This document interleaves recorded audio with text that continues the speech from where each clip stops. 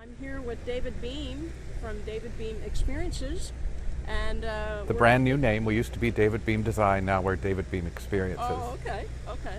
Well, this is our very first Wedding Market Live special, and we will be with David for 30 minutes, and then we will be interviewing Susan Sutherland here in the next half hour. So. And you can watch me slowly tan as through the interview. Yeah, the sun is kind of getting a little hotter. It's all right. But that's okay. So, David, can you kind of tell us how you kind of got into the wedding industry? My godfather, who was an excellent florist, lived right next door, and so he needed holiday help and help during prom and homecoming, and so I got drug along, and the interest really, it really piqued my interest. Growing up with my grandmother, she taught me a lot about gardening and the love of flowers, and so it kind of grew out of that. I didn't expect to be an event designer. I have 3 degrees in music. I was a band and choir director, and then got my degree in musical theater from San Diego State. Worked in opera for a while, and then one day just decided that show business wasn't my thing, and so I said, what can I do? And I knew I could work with my hands, and I knew that I enjoyed events and flowers, and so I started working with a couple florists in New York City, and one thing led to another, and I met Philip Balloon, Philip Balloon and Robert Isabel are the sort of godfathers of the event industry. Mm-hmm. And I met both of them and started working with them in New York. And one day, a friend of mine said, "You can do this."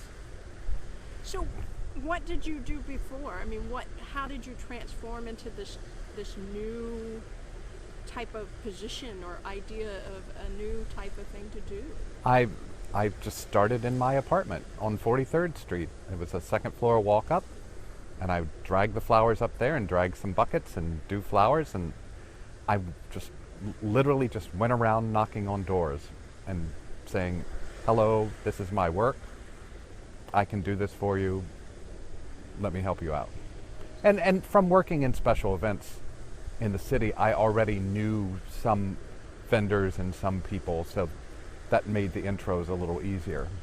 Yeah.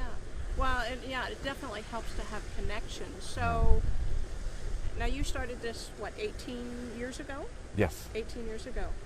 And, 17, 18 is right in there somewhere. okay. So, I guess, what advice would you have for people that are just getting into the industry and how to build those connections and start those first few years? Just do it. I mean, I think it was probably, hello, painting crew. I think it was probably easier then in that economy than this economy. But I think start slow and low. I think absolutely learn flowers and learn events by either volunteering or getting on as an intern. We have some voracious interns that spend a lot of time with us just learning the business. There's so much to know about flowers by itself, and then you add events and what size tablecloth does that table need? Go. There's a lot to learn, and it's not anything. I guess you can study it. Mm-hmm. How would somebody study if they don't have any experience? There are events degrees Mm-hmm. out there in hospitality schools, but I think the biggest part of being a successful businessman in events is knowing people. And you can't know people if you don't work with them or see someone work with them. It's about psychology. Mm-hmm. It's not about sleight of hand. It's about listening and understanding and interpreting their dream and not making it your dream, but interpreting their dream. They're paying the bills. I think I've heard that a lot lately from wedding professionals about people trying to cookie cutter every project to be what they usually do. And you can't. Well, you can, and there have been some major event people who have made a lot of money on repeating their designs. People come in and say, I want that, and they're happy to give that again. My soul won't let me do that. I really try to do something different every time and try to listen and try to customize as much as I can within reason and within a budget. Now, what is your thoughts about Pinterest? Because I hear a lot of people talking about that they feel like that Pinterest has taken away some of the creative feel. I usually ask for, if they have a Pinterest board, I look at it and say, thank you very much, we're going to close that now and talk about what you want. I do pull from it, I do understand, but if you look at most people's Pinterest board, it is all over the place. And that's, you have to be able to distill it, and the only way you're going to distill it is by talking and listening. Yeah, sometimes the brides have so many different ideas that sometimes it takes a person that can talk to them and actually pull out of them what is more important. Well, they want it all, and who doesn't? Everybody wants the dream, but you have to also face the reality of what the dream is, and that's money.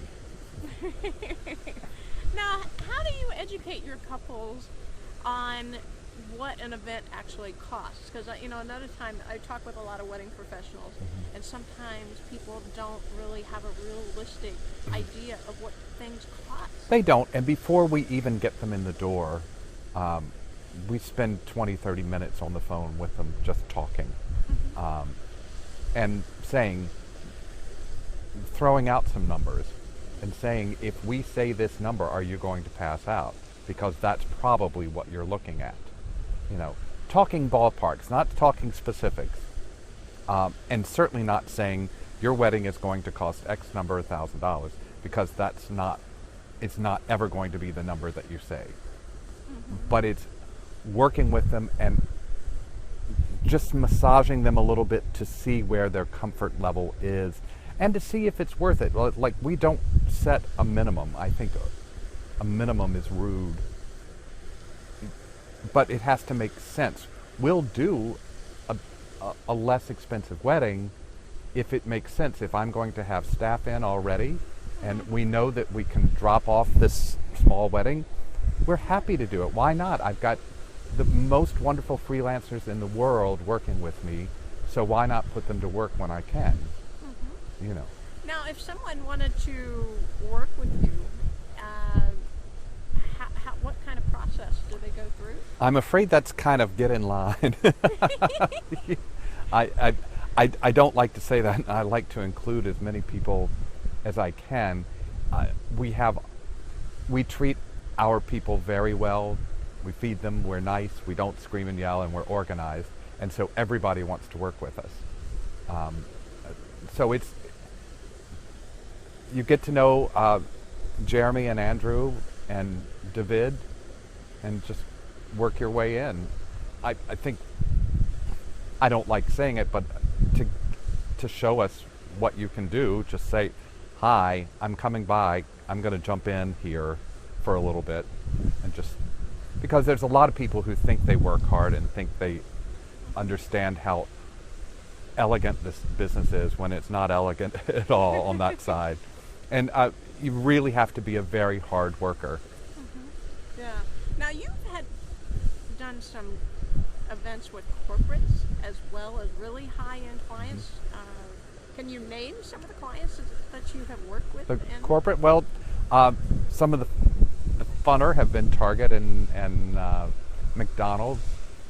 We've done some beautiful events for Louis Vuitton and Dior. Van Cleef and Arpels. Well, yeah, Van Cleef and Arpels. We did took a fashion show around the United States for them, and that's always really interesting. I love a fashion show of jewelry.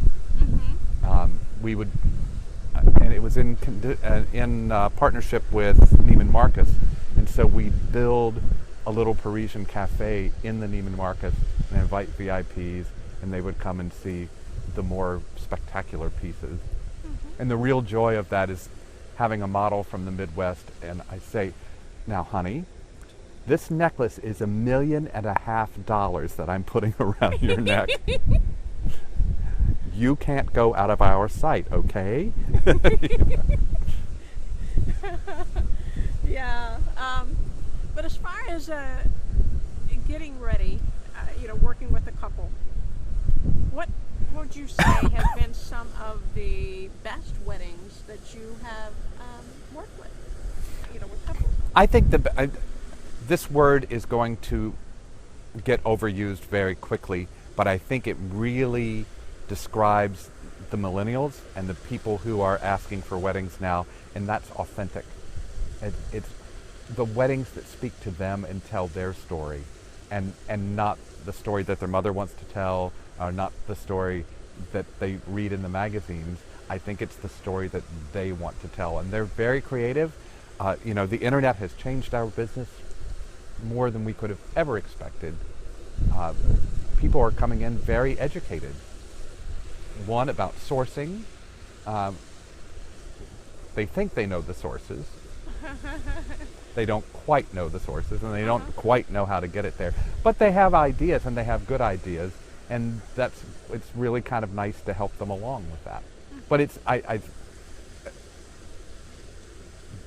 being authentic, finding them a venue that speaks to them and speaks for them, finding the colors and finding the flowers and the entertainment. Everything has to be true. They don't want YMCA. They want what they want, and the music that they listen to. Now we're at Engage 15, and this is at the Four Seasons here in Orlando. Now I believe you've been to a number of other Engage conferences. I forget what number this is, but this might be 7 or 8. Yeah. Yeah. So what can you? For viewers that have never been a part of Engage, how would you explain the Engage conference experience? I think some people feel like it's a little cliquey or clubby, but I would agree, because it's the top professionals getting together and in a safe space, and we can talk about what we like unjudged. The wonderful thing about this business is that there's so much talent. I am not the only wedding person out there. There are hundreds of really wonderful, reputable, great designers out there. And how wonderful that a lot of them can get together and talk about this. This business is not easy. Oh no. It's not easy at all. And so having a bitch session a little bit, or just I have more than once from people that I've met at this conference, I've gotten a phone call and said, I have a problem, can I talk this through with you? Or I've called someone and said, I have a problem, can I talk this through with you? It's invaluable, and I think once you're here, you're sort of vetted in the wedding world. Yeah, I think from a lot of people that I've talked to, it's great for making connections. Yes. And, with leaders in the industry. Yes, it really is. Now, I want to give the opportunity for those of you that are out there to ask David questions. So I will be looking at this, by the way, is my first, what is this? What is the app? Periscope. This is my first Periscope broadcast, I think. So if you do have questions for David, please submit them right now, and I'll be looking for those so I can ask David questions. But let's see here. I can't see your comments, even though the sun is shining on my monitor. It makes it kind of hard to see sometimes. But I'll be looking for those as they come through. Now, yeah. We need to get you an umbrella. Yeah, there's some people that are still joining through.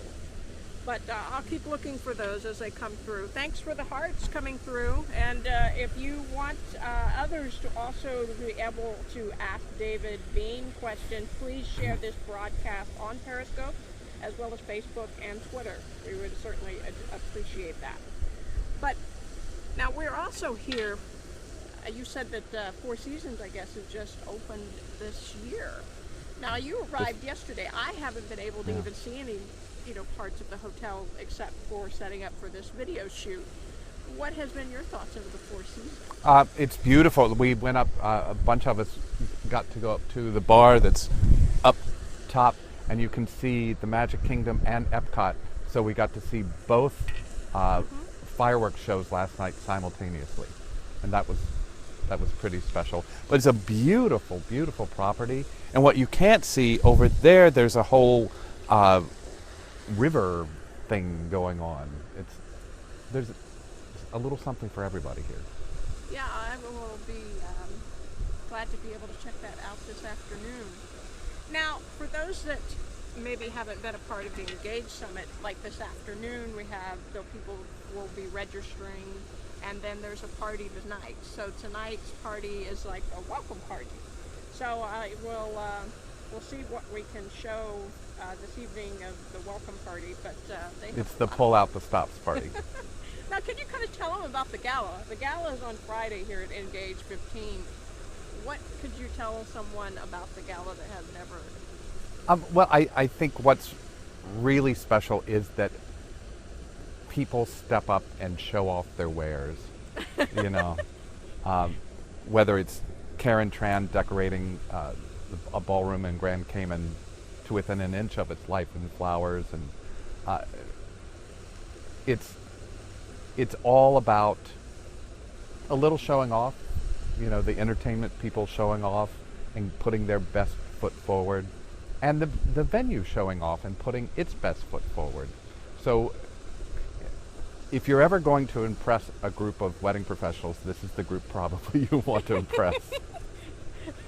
So. Yes, I seen that they were actually setting up for the registration and so forth. There was people putting flowers up and so forth. Rebecca and Catherine do an amazing job. It's truly such a well-run, wonderful conference, and I think that's where the comfort level comes in. It's so organized and so well run that you can let down and don't have to think about organization and know that you're taken care of and can deal with the issues or pressures at hand.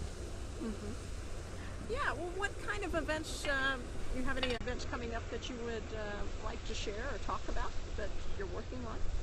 Well, our big thing going on every night this week, and I'm sitting here, don't tell my staff, we decorate many of the major buildings in New York City for the holidays. 4 Times Square, 1 Bryant Park.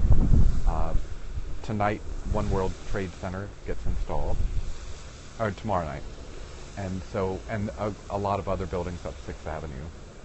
So wow. it's a big project that takes all year to plan. It's quite the big undertaking, and we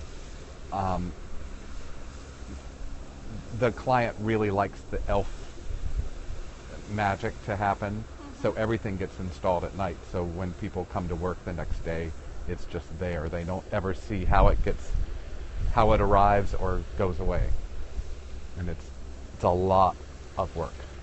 That sounds like it. We actually have a warehouse that stores all the Christmas stuff. Wow.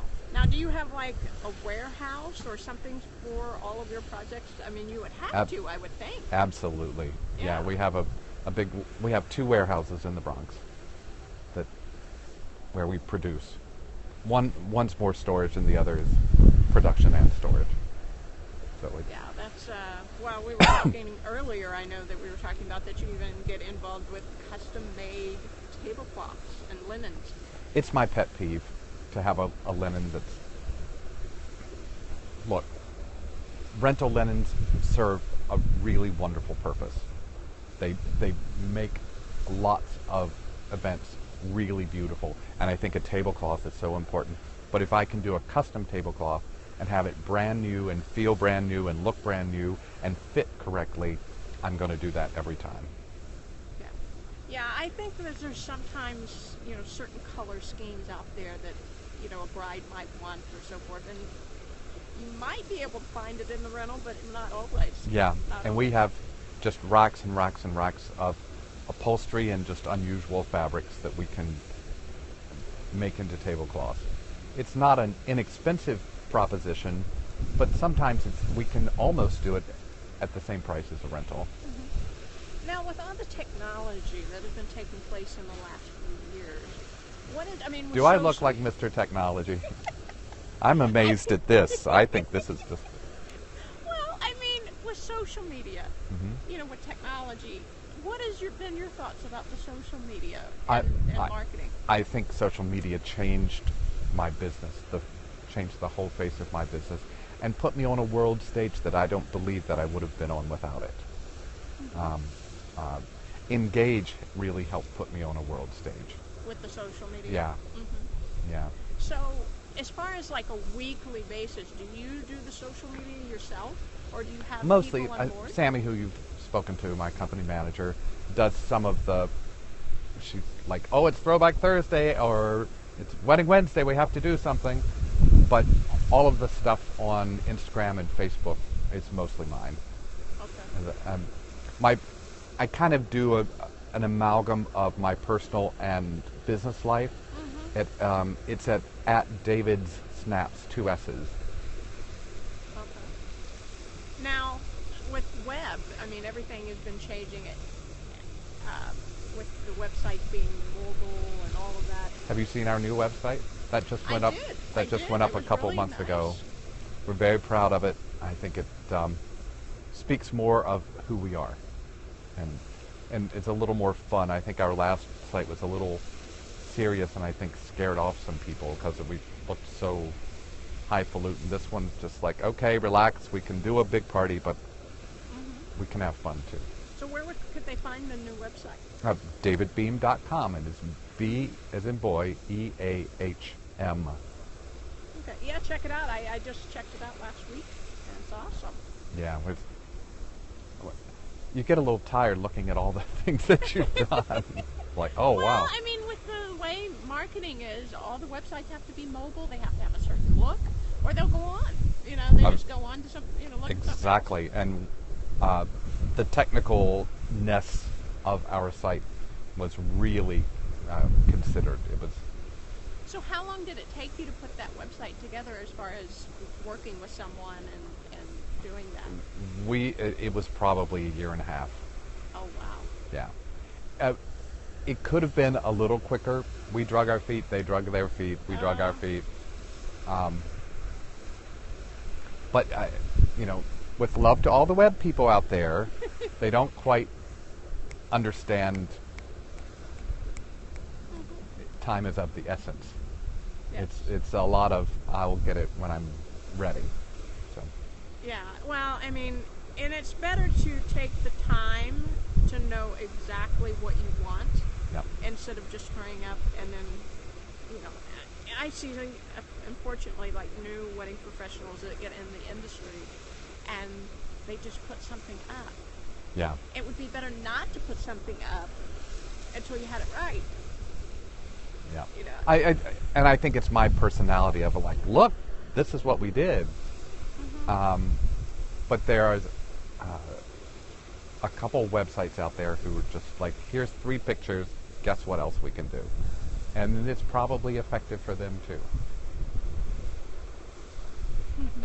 They haven't put a lot into it, but the way the images are curated, it works. Now, I can't remember if you're speaking today or on Thursday. I'm the opener. You're the opener. Yeah. Okay, well, you've got to. Nobody's going to say anything, but he's going to tell us though what his presentation's on.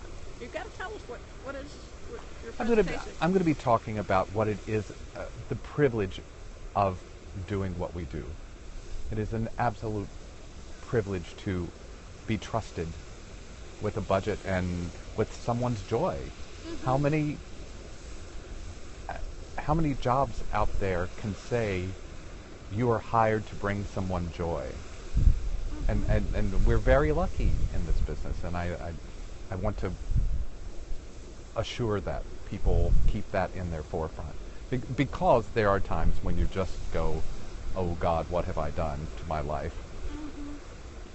Yeah, I think the biggest joy, I also started in the business as a wedding videographer, and sometimes from time to time I'll see those past customers, and you have that smile, you see the smile on their face. Yep. And they have kids, and Yeah, that- it's a wonderful thing, and yeah, I'm getting to that. Oh my God, that kid I bat mitzvah is getting married. That's that's the scary.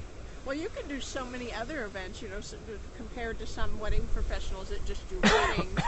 You probably do. Well, you do corporate events. We You do. corporate, social. We do a lot of bar and bat mitzvah and destinations. We really like specializing in destination weddings. What's your favorite destination? That you go to a lot, or maybe you don't go to a lot. My personal destination is Mykonos, Greece. What is? Mykonos in Greece. Oh, okay. That's my happy place. But we're really concentrating a lot on Italy because there's just so much there. To be so much authentic experience. Although we just saw a castle in Scotland that was the most authentic place I've ever seen in my life. It's called Mount Stewart. And I was just agog. It was the most fabulous. I would love to have a party there. It's a true castle on an island outside of Glasgow. Now, people that do weddings, they do them usually sometimes in their own city or state. What does it really take, with your warehouse? How do you prepare for a destination when it's so far away you have to fly? How do you get all that together? We do the same thing. Instead of having the flowers land in New York, we have them land in Rome. Oh, you find, Yeah. vendors in the different locations. Yeah. I can have flowers. One of the good things about being David Beahm is people want your business, and so they contact you and say, "I can do this for you." So I can land flowers, furniture, whatever, anywhere in the world. You've made enough contacts probably over the years, Yeah. and you know who those people you want to work with. Yeah. That makes it easy. And we have a tracking system that, part of the destination gut wrench is not knowing if your stuff is going to be there. And we deal with an expediter who everything has a tag, and we can know exactly where it is in the air or on the ground at all times. And that's a wonderful thing. And in Europe, I just have the flowers driven down from Holland. Oh my goodness. You don't think about it, but it's just that simple. They put them on a truck and bring them to me. Well, David, we're getting at the end of this broadcast. What would you want everyone to take away from Engage 15 and your business? And We're speaking mostly to wedding people? yes. Yeah. Just keep doing it. Just jump. If there's any doubt, just do it. I've had a lot of projects that didn't go as successfully as I wanted, but the joy of bringing joy to people is again a privilege that we shouldn't take lightly, and we should celebrate in our lives.